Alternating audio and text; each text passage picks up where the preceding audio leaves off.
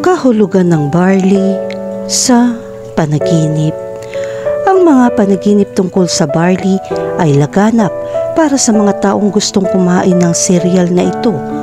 Kahit na nagtatrabaho ka sa agrikultura, ang pagkakaroon ng larawang ito ay madali. Hindi marami ang may ganitong panaginip dahil hindi rin nila ito kinukonsumo. Kung ang barley ay naroroon sa iyong panaginip, kung gayon, mayroon isang bagay na dapat mong malaman. Bago i-unrevealing ang panaginip ng barley, kailangan mong maunawaan kung ano ang barley. Ang barley ay isang uri ng butil na nagmula sa pamilya ng damo. Ang mga butil na ito ay kadalasang ginagamit bilang batayan para sa paggawa ng tinapay at iba pang pagkain. Sa ilang bansa, nakakatulong din ang barley sa paggawa ng mga inuming may alkohol. Ang barley ay isa sa mahahalagang pananim sa kultura ng maraming tao. Ang halaman na ito ay madalas na nagdadala ng mga palatandaan ng kasaganahan at swerte.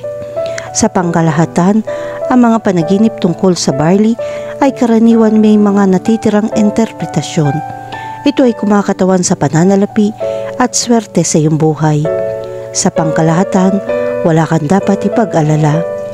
Ang pinakakaraniwang mga interpretasyon ng panaginip ng barley ay sumasalamin sa pagbabago. Ang mga panaginip tungkol sa barley ay maaaring lumitaw sa iba't ibang sitwasyon.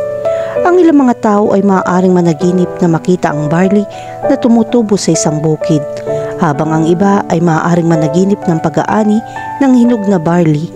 Ang ilan ay nananaginip na kumain ng barley o gamitin ito bilang hilaw na materyales para sa paggawa ng tinapay o cake. Mayroong maraming mga interpretasyon kung anong ibig sabihin ng mga panaginip ng barley. Depende sa sitwasyon kung saan lumilitaw ang mga ito. Sa kabilang banda, ang barley sa isang panaginip ay nagdadala din ng mga mensahe ng kalungkutan o kabiguan. Depende ito sa konteksto ng panaginip at mga kondisyon ng pamumuhay ng isang tao. Kung nanaginip ka ng nabubulok na barley, nahaharap ka sa mga paghihirap.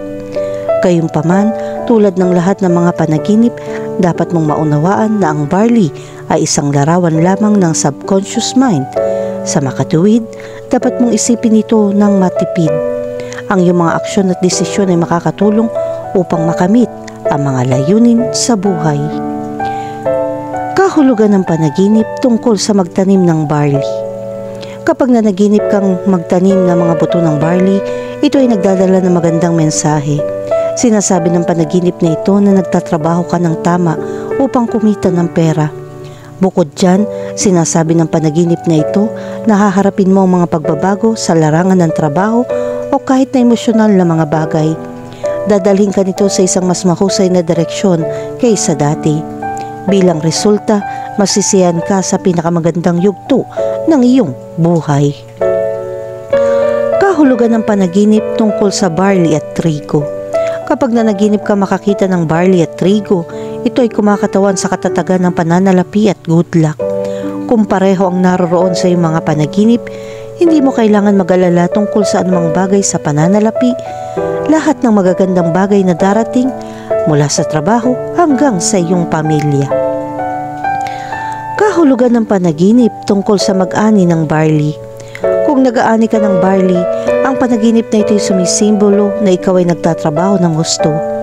Oras na para tamasahin ang lahat ng magagandang bagay na nagawa mo.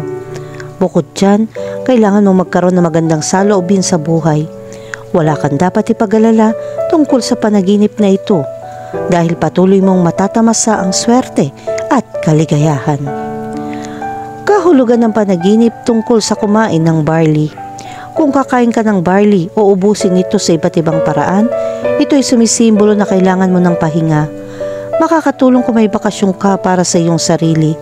Nilalayon nitong makahanap ng kapayapaan at muling ayusin ang iyong mga layunin. Ang panaginip na ito ay nagsasabi sa iyo na gumugol ng mas maraming oras para sa iyong sarili. Kahulugan ng panaginip tungkol sa birding barley. Kapag nakakita ka ng birding barley, ito ay senyales na kailangan mong patuloy na magtrabaho upang makamit ang lahat ng magagandang bagay sa iyong buhay. Kung nais mong magtagumpay, ito ay nangangailangan ng pagtitiyaga upang magawa mo ito. Makakatulong ito kung nananatili kang masigasig at optimistiko.